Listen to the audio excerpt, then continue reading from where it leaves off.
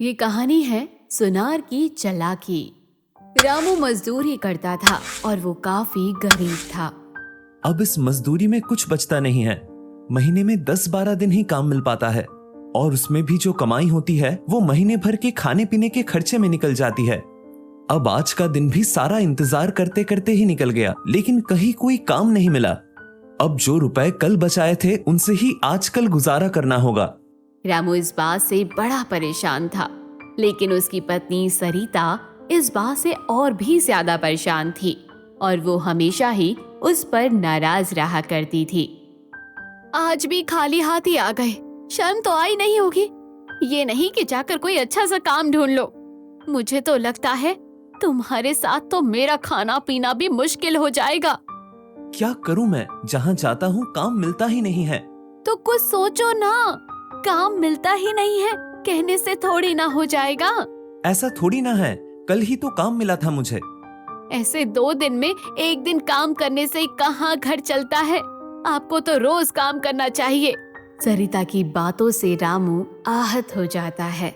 वो सारी रात सोचता रहता है। कुछ तो करना पड़ेगा मुझे। सरिता भी सही कह रही है।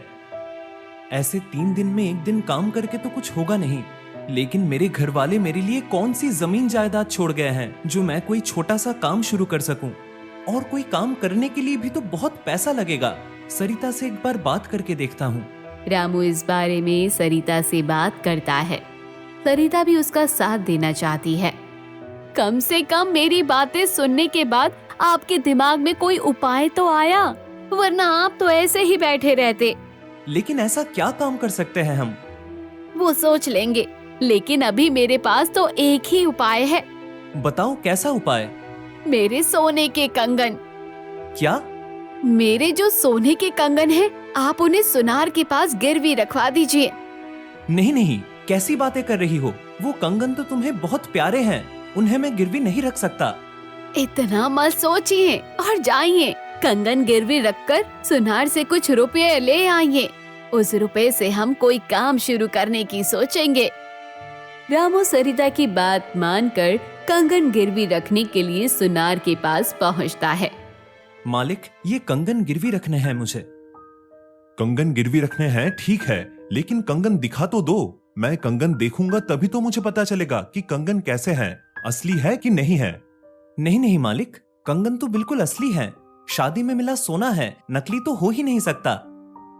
हाँ हाँ, समझ रहा हूँ, लेकिन फिर भी कंगन तो दिखाओ, जांच तो करनी पड़ेगी मुझे। रामू सुनार को कंगन दिखाता है। कंगन देखते ही सुनार समझ जाता है और मन में ही सोचता है, ये तो बिल्कुल चमक रहे हैं, ये नकली तो हो ही नहीं सकते। लेकिन ये आदमी थोड़ा भोला नजर आ रहा है, मैं इसे जरूर ठग सकता हूँ। क्या हुआ मालिक, क्या देख रहे हैं?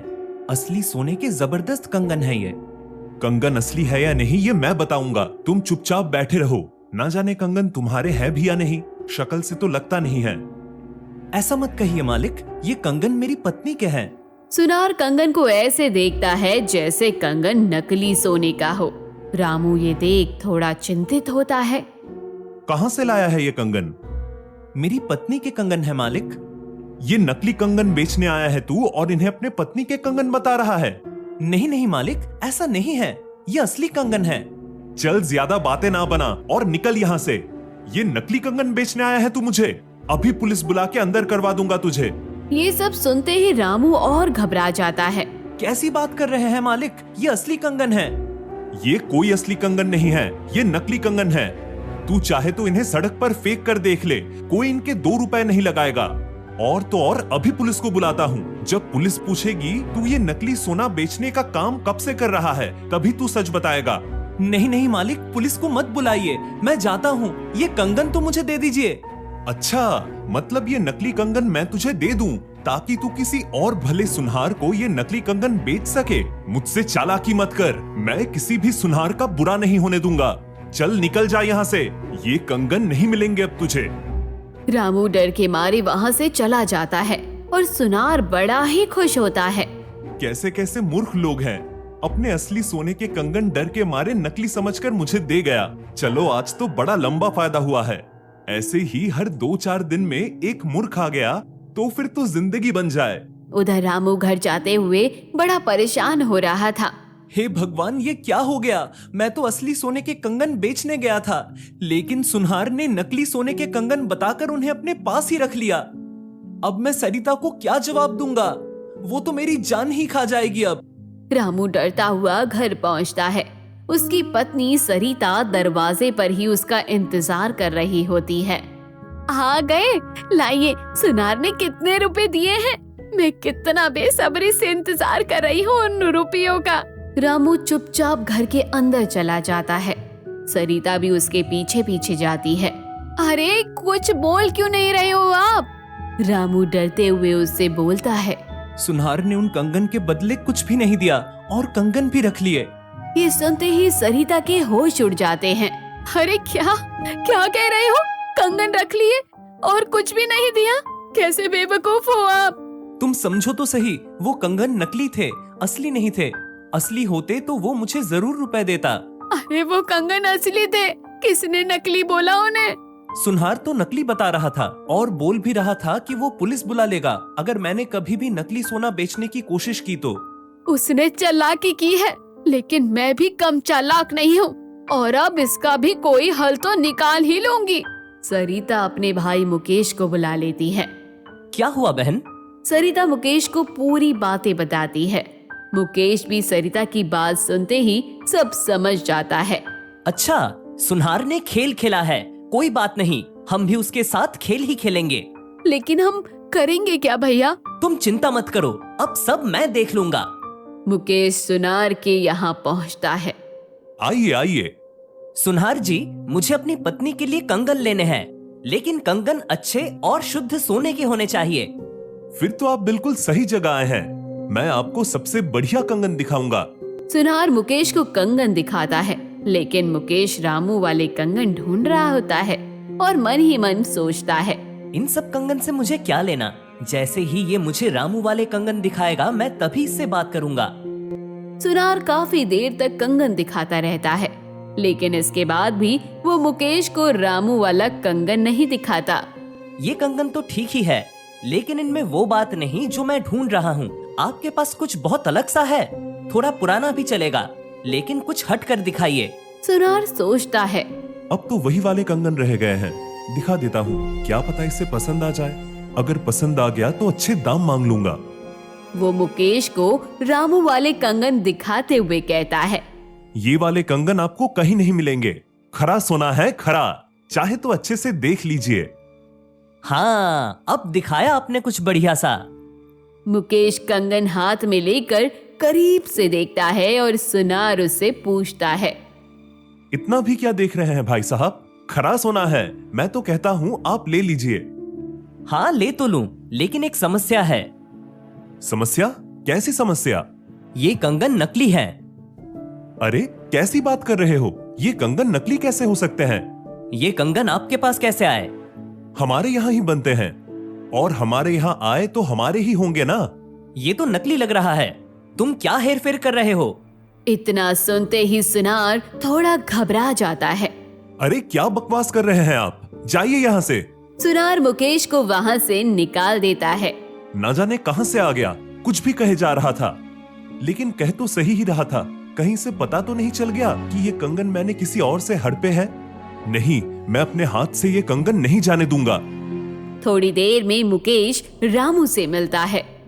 क्या हुआ मुकेश? सुनहार ने तुम्हारे साथ भी बेईमानी की? मेरे साथ क्या बेईमानी करेगा वो? मैं तो उसे अच्छे से सबक सिखाऊंगा। वो कैसे? उसने मुझे तुम्हारे वाले कंगन दिखाए थे और बोला कि ये असली सोने के कंगन हैं, यानी तुम्हारे कंगन असली सोने के हैं। तो मतलब उसने तुमसे झूठ बोला है।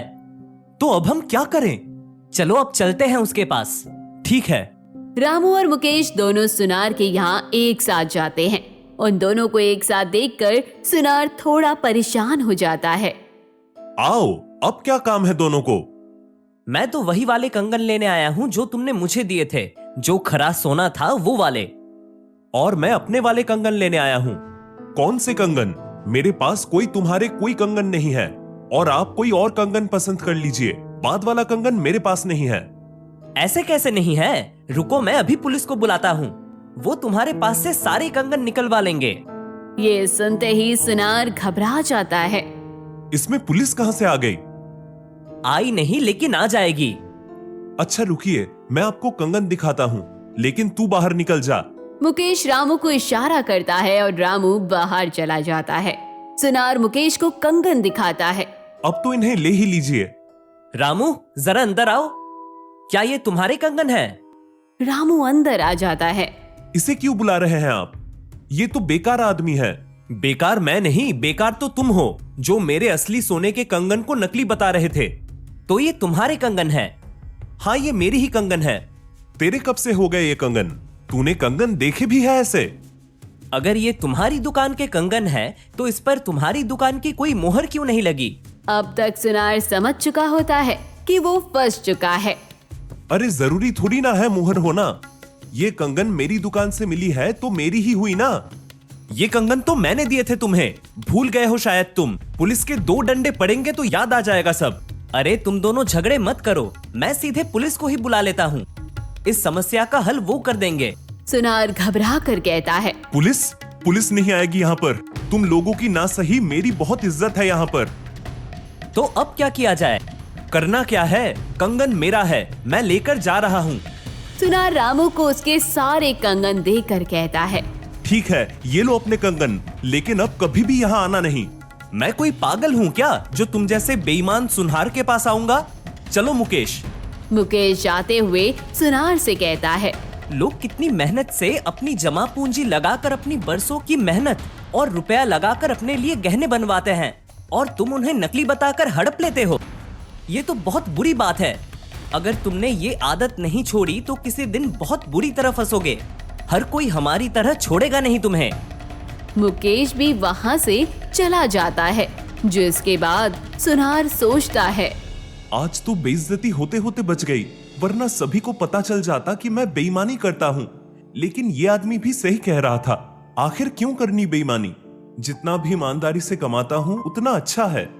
अब से ऐसी बेईमानी मैं किसी के साथ कभी भी नहीं करूंगा। ये कहानी है चालाक पकोड़े वाला। 20 रुपए के 1 प्लेट पकोड़े, सभी खाइए। 20 रुपए के ताजा और स्वादिष्ट पकोड़े हैं। दीपू अपने गांव से दूर एक बड़े गांव में रहकर इसी तरह सुबह से शाम तक पकोड़े बेचा करता था। पकोड़े बेचकर वो बहुत ही अच्छा कमा रहा था। आज भी शाम होने से पहले सारे पकोड़े बिक गए। अब मैं घर चलता हूँ, थक गया हूँ, आराम करूंगा घर जाकर। तभी गांव में उसका एक दोस्त पप्पू वहां आता है, जिसे देखकर दीपू थोड़ा चौंक जाता है। कैसे हो दीपू? अरे पप्पू, तू कैसा है? अपने गांव में सब ठीक तो है ना? हाँ, अपने गांव में सब ठीक है। तो फिर तू यहाँ कैसे? मैं तो यहाँ काम ढूंढने आया हूँ। अपने छोटे से गांव में किसी भी तरह का काम ही नहीं मिलता, इसलिए सोचा यहाँ दूसरे गांव आकर काम ढूंढ लूं। तो क्या काम मिल गया है तुझे? कोई काम नहीं मिला है मुझे, बस ढूंढ ही रहा हूँ। तू कोई मदद करना। वो सब तो ठीक है, तू रह कहाँ रहा है? यहाँ पास ही मेरे एक रिश्तेदार रहते हैं, कुछ दिन के लिए उन्हीं के यहाँ रह रहा हूँ। ठीक है, लेकिन मेरे पास तो कोई खास काम नहीं है। ये छोटी सी दुकान है मेरी, इसी में पकोड़े बेचता हूँ। तू भी चाहे तो मेरे साथ पकोड़े बेच ले। मैं तुझे एक दिन के 250 रुपए दूंगा, इससे ज्यादा नहीं दे पाऊंगा। ठीक है, तेरे यहाँ मुझे कोई काम मिल गया यही बहुत है। बस तो कल से सुबह 10 बजे आ जाना। सुबह सुबह और शाम में बहुत अच्छी बिक्री होती है। ठीक है। पप्पू इस बात से खुश था कि उसे दीपू ने ही काम दे दिया। अगले दिन पप्पू सुबह सुबह ही दीपू की दुकान पर चला जाता है।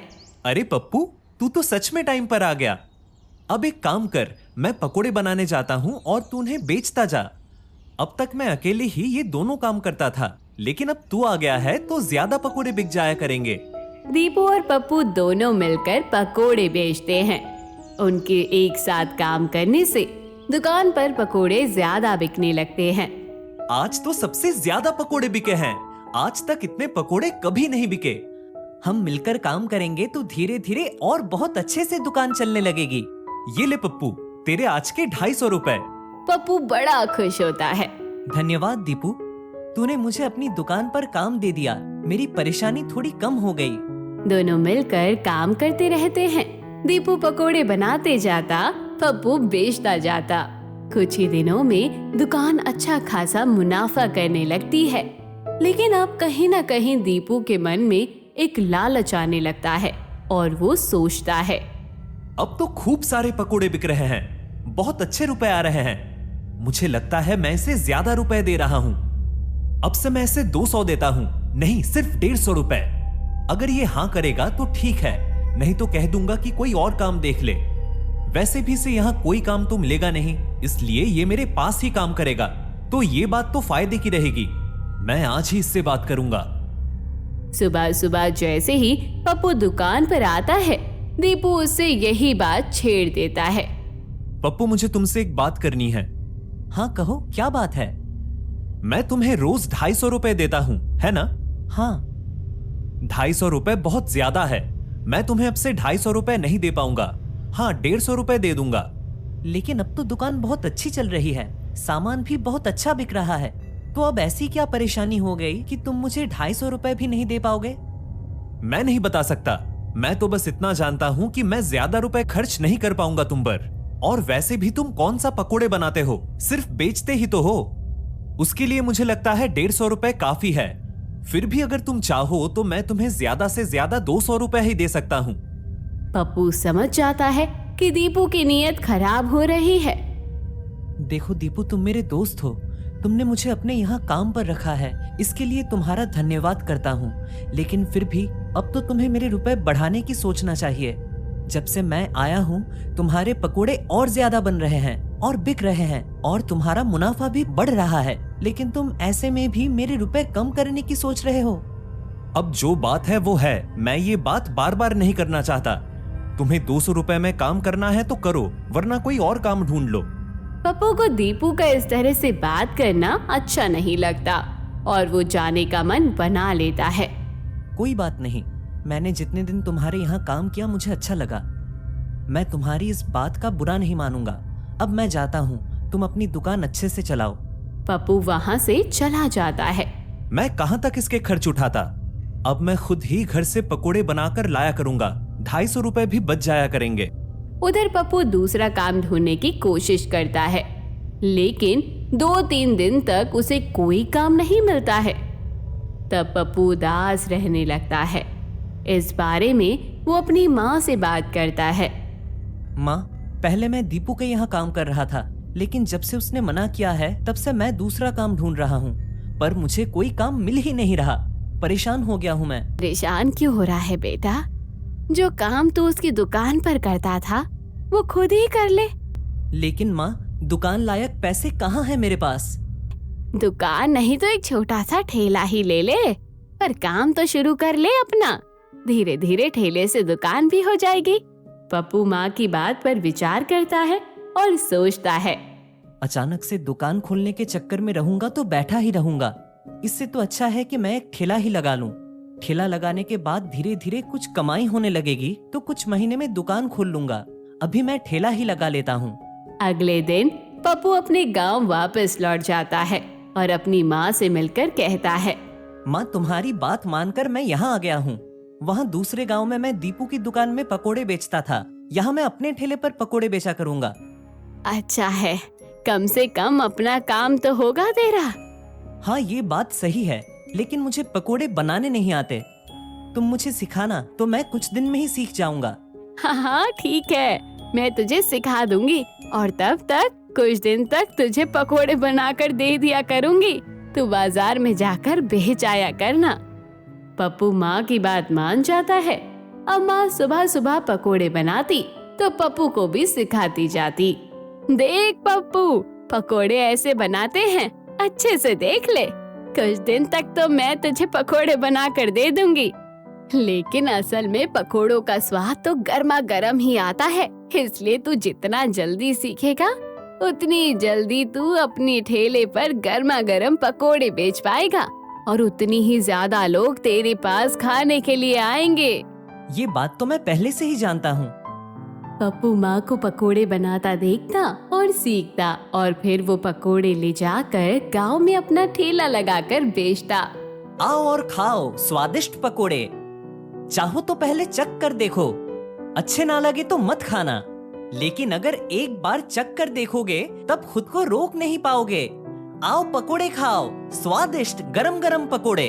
पप्पू के पकोड़े बिकने लगते हैं। उसका ठेला जबरदस्त चलने लगता है, लेकिन दीपू का बुरा हाल था। जब से पप्पू गया है पकोड़े बिकने कम हो गए हैं। ऐसा नहीं है कि पकोड़े बिल्कुल भी बिक नहीं रहे, बिक तो पहले की तरह रहे हैं, लेकिन जितने पकोड़े पप्पू के आने के बाद बिकते थे उतने अब नहीं बिकते। पहले जितनी ठीक ठाक कमाई तो लगभग हो रही है, पर कहीं ना कहीं मुनाफा कम तो हुआ है मेरा, और उसके ऊपर अकेले सब कुछ करने में थक भी अब बहुत जाता हूँ। क्या मैं गांव जाकर पप्पू को बुला लाऊं? दीपू कहीं ना कहीं इस बात पर सोच रहा होता है।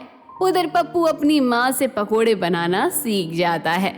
माँ देखो, अब ये पकोड़े बिल्कुल बढ़िया बन रहे हैं ना? हाँ हाँ, बहुत अच्छे बन रहे हैं। देख, 10 दिन में ही तूने पकोड़े बनाना सीख लिया है ना। अब तो तेरे ठेले पर भीड़ लग जाया करेगी। पप्पू बाजार में गरम गरम पकोड़े बेचा करता और उसके ठेले पर हमेशा ही भीड़ लगी रहा करती। एक दिन दीपू पप्पू को बुलाने आता है। अरे दीपू, बताओ कैसे आना हुआ? बड़े दिन बाद आए हो तुम यहाँ। हाँ पप्पू, काफी दिन बाद आया हूँ, और देखो सिर्फ तुमसे ही मिलने आया हूँ। सिर्फ मुझसे मिलने? वाह, ये तो बड़ी अजीब बात है। कहो क्या हुआ? मैं तुम्हें अपने साथ बुलाने आया हूँ। चलो दोनों मिलकर साथ में दुकान चलाते हैं। नहीं दीपू, मैं तो अब यहीं खुश हूँ। ये ठेला देख रहे हो? ये छोटा सा ठेला मेरा ही है। अब मैं यहीं पकोड़े बेचता हूँ। पकोड़े बेचना है तो तुम मेरे साथ दूसरे गांव चलो। वहां मेरी जो दुकान है उसमें पकोड़े बेचना। मैं तुम्हें दिन का 400 दूंगा। नहीं दीपू, मुझे तुमसे अब 400 रुपए नहीं चाहिए। मैं तुम्हें सच बताऊं तो मैं यहाँ अपने गांव में पकोड़े बेचकर कम से कम दिन के 500 रुपए तो कमा ही लेता हूँ।